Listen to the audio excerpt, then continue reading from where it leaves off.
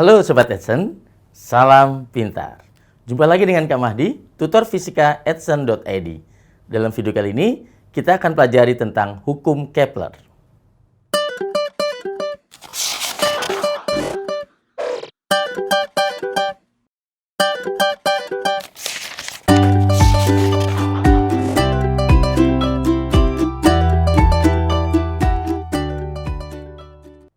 Oke Sobat Edson, kali ini kita belajar tentang hukum Kepler. Kepler, yaitu Johannes Kepler, itu fisikawan dari Jerman, mengemukakan 3 hukum.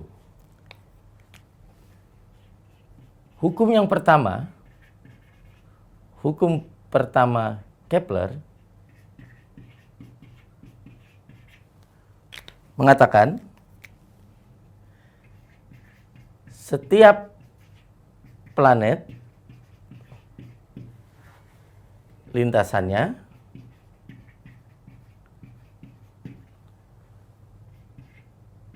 berbentuk elips dengan matahari berada pada salah satu titik fokusnya. Pada salah satu titik fokusnya. Oke.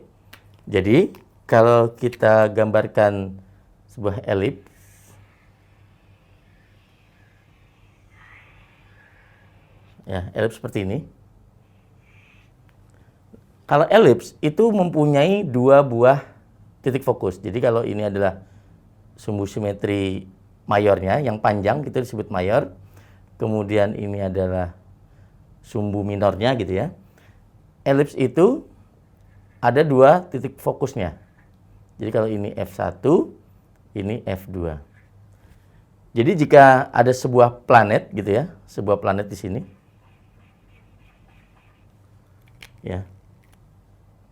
Mengelilingi pada gerakannya mengelilingi matahari gitu ya. Maka matahari berada pada salah satu titik fokusnya ya. Kita misalkan di sini mataharinya. Nah, jadi ini adalah M-nya. Kemudian ini adalah planetnya. Gitu ya. Jadi di sini keterangannya M itu adalah matahari.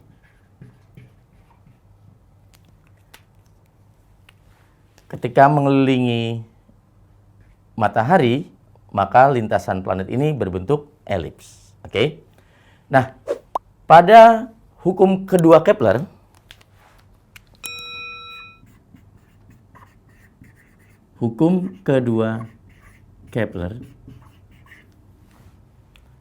Johannes Kepler mengatakan bahwa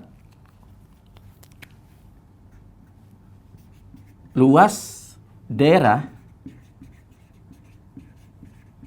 yang disapu dalam selang waktu yang sama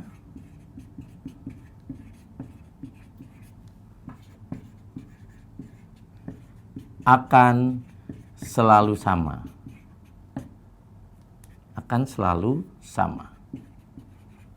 Oke. Nah, jadi luas daerah yang disapu dalam selang waktu yang sama akan selalu sama. Nah, ini apa maksudnya? Tadi sudah kita bahas pada hukum pertama Kepler, lintasan planet adalah berbentuk elips, oke? Dengan matahari berada pada salah satu titik fokusnya. Jadi kalau matahari di sini, oke, matahari di sini, ya, ini adalah sumbu mayornya. Artinya luas daerah yang disapu dalam selang waktu yang sama akan selalu sama. Jadi kalau kita luas daerah yang sapu yang sama nih, jika dari planet dari sini menuju ke sini, ya, saya anggap misalnya ini A aksen, oke. Ini luasnya sama.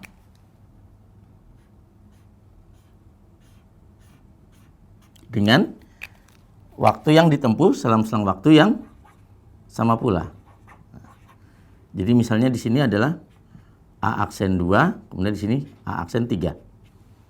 Maka luas yang disapunya adalah seperti ini.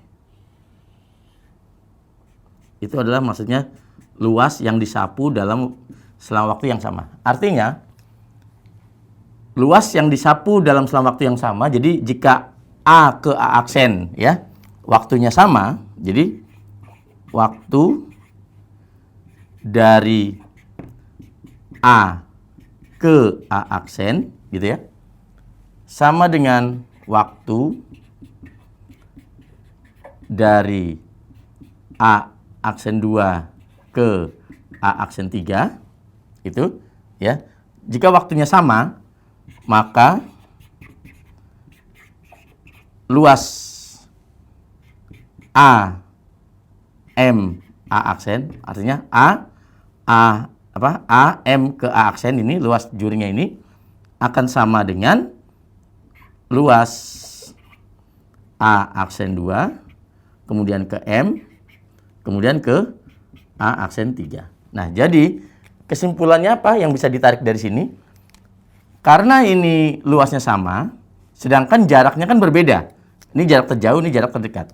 Berarti di sini akan lebih jauh lintasannya dari A ke A aksen dibandingkan dari A aksen 2 ke A aksen 3. Ya kan? Ini panjang lintasannya lebih jauh dibandingkan dari sini-sini. Karena ini luasnya sama ya, karena ini lebih jauh.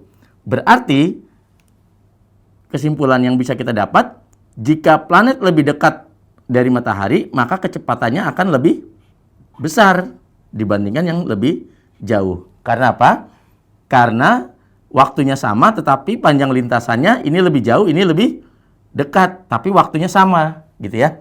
Berarti bisa kita simpulkan planet akan lebih cepat jika dengan dekat matahari, tetapi akan lebih lambat jika jauh dari matahari. Gitu Sobat Edson.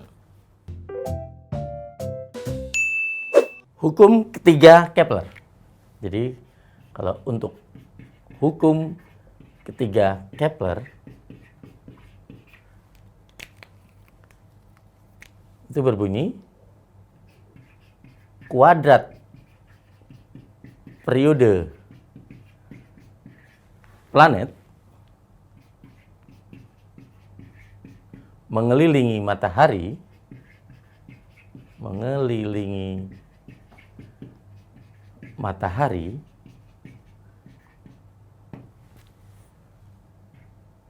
sebanding dengan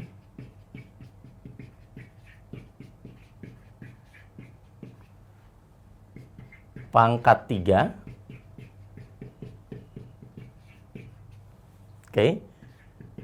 jarak rata-rata planet ke matahari.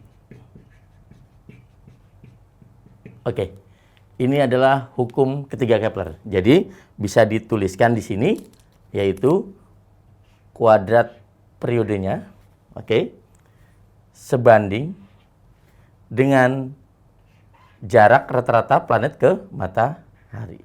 Ini artinya sebanding. Nah, ini bisa dibuktikan dengan perhitungan atau teori dari gravitasi ya. Jadi seperti ini. Pada hukum pertama Kepler itu tadi kan dijelaskan bahwa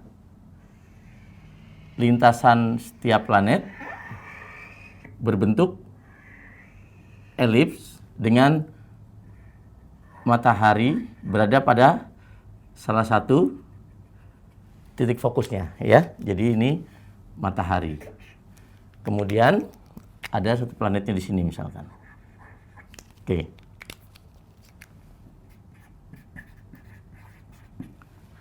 Pada elips itu berarti tidak sama ya jarak dari misalnya kalau ini adalah sumbu minornya. Jadi tidak sama dari sini ke sini, nggak sama dari sini ke sini, gitu ya panjangnya. Nah, yang dimaksud dengan jarak rata-rata artinya kalau jarak yang terjauh dengan yang terpendek gitu, Maka dibuatlah rata-rata. Seolah apa? Seolah-olah lintasannya adalah berupa lingkaran gitu ya, lingkaran dengan matahari di tengah. Jadi seolah seperti ini. Nah, jadi berupa lingkaran gitu ya. Berupa lingkaran ya. Berupa lingkaran. Dan matahari berada pada pusatnya. Nah, maka yang dimaksud dengan jarak rata-rata ini itu adalah jarak rata-ratanya. Jadi, jika misalkan jarak dari yang terdekat itu adalah M, jarak yang terjauh itu N, maka R ini bisa kita rata-ratakan dengan cara ya M ditambah N dibagi 2 saja gitu. Rata-rata ya, dari rata-rata seluruhnya. Nah, sehingga di sini bisa dikatakan jika ini adalah planetnya,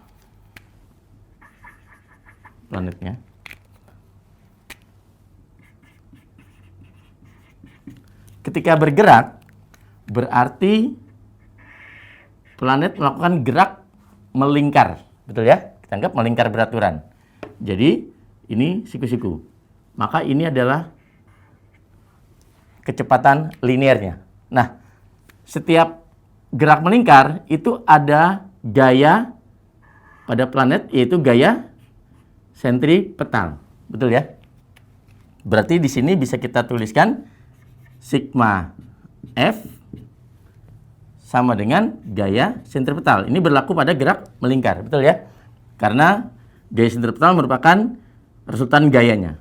Nah, ketika planet di sini, itu akan ada juga gaya gravitasi. Artinya apa? Pada planet bekerja gaya gravitasi. Nah, berarti resultan gaya di sini senilai dengan gaya gravitasinya.